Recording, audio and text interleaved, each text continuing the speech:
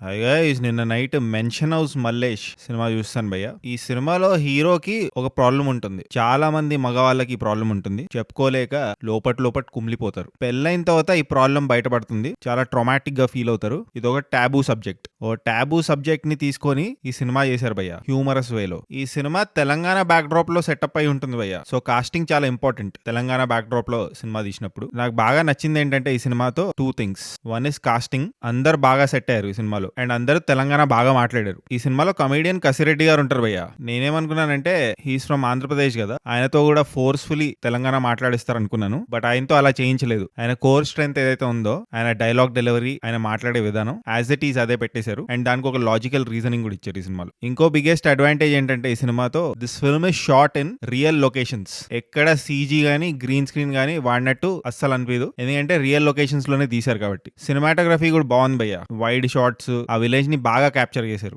Second half లో ఒక scene ఉంటుంది భయ్య. సినిమా డ్యూ కోర్స్ మారిపోతుంది. పోలీస్ స్టేషన్ లో ఉంటుంది ఆ సీన్. కామాక్షి భాస్కరాల గారు ఉంటారు. ఆమెకు ఒక మంచి సీన్ పడింది, మంచి ఎలివేషన్ సీన్. ఆ సీన్ బాగా రాసుకున్నారు.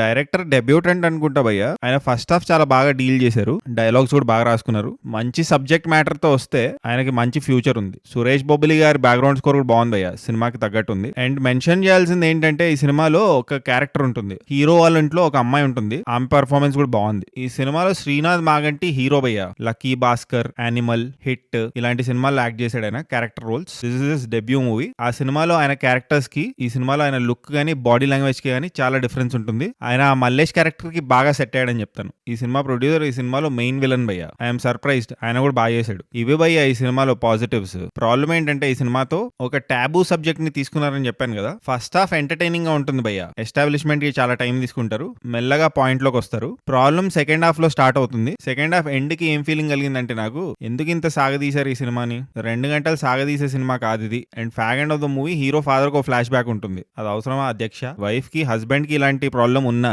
ఆమె సపోర్టివ్ గా ఉండడం, ఆ ప్రాబ్లం ఎలా సాల్వ్ చేసుకోవాలి, ఆయనకి హెల్ప్ చేయడం, ఇవన్నీ పోర్షన్స్ బాగున్నాయి భయ్య. ఇదే ఈ సినిమా ఇచ్చే మెసేజ్. దట్ ఎన్ని ప్రాబ్లమ్స్ ఉన్నా వైఫ్ అండ్ హస్బెండ్ కలిసి ఉండాలి, ప్రాబ్లమ్ సాల్వింగ్ మోడ్ లో ఉండాలి, ఒకరికొకరు హెల్ప్ చేసుకుంటూ ముందుకు సాగాలి అనేది take away. But overall I felt this story does not deserve 2 hours. హిందీలో ఇలాంటి చాలా సినిమాలు వస్తుంటాయి భయ్య. హీరోకి ఒక ప్రాబ్లం ఉంటుంది. మేరీ పత్ని ఔర్ వో అని ఒక సినిమా ఉంటుంది. రాజ్పాల్ యాదవ్ దాంట్లో హీరో. ఒక ఎంపతి క్రియేట్ అవుతుంది. Go through emotional turmoil when you watch that film. Mansion house Mallesh cinema end కి వచ్చేసరికి ఒక అన్సాటిస్ఫైడ్ ఫీలింగ్ వస్తుంది భయ్య. సో ఫైనల్లీ ఈ సినిమాకి నేను ఇచ్చే రేటింగ్ 2.35 టమాటోస్ భయ్య. ఒకవేళ మీరు ఈ సినిమా చూస్తుంటే మీరేం టమాటోస్ ఇస్తారో కామెంట్ చేయండి. అండ్ జస్ట్ ఇన్ కేస్ ఇంకా సబ్స్క్రైబ్ చేసుకోకపోతే సబ్స్క్రైబ్ చేసుకోవచ్చు కదా. పుచ్చుక్ పుచ్చుక్.